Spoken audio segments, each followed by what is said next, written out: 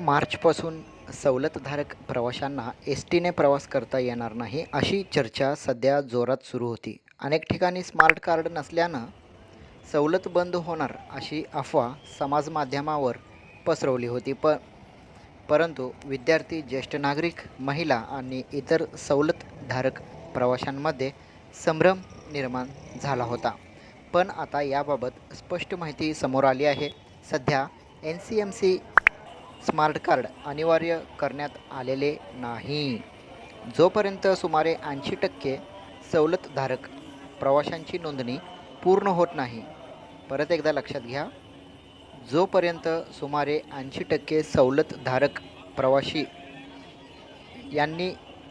यांची नोंद पूर्ण होत नाही, तोपर्यंत स्मार्ट कार्ड बंधनकारक होणार नाही. म्हणजे स्मार्ट कार्ड पाहिजेच अशातली गोष्ट नाही, असं मी नाही, ST महामंडळाने स्पष्ट केलं आहे. मात्र प्रवाशांनी लवकरात लवकर जवळच्या बसस्थानकावर किंवा अधिकृत एजंटकडे स्मार्ट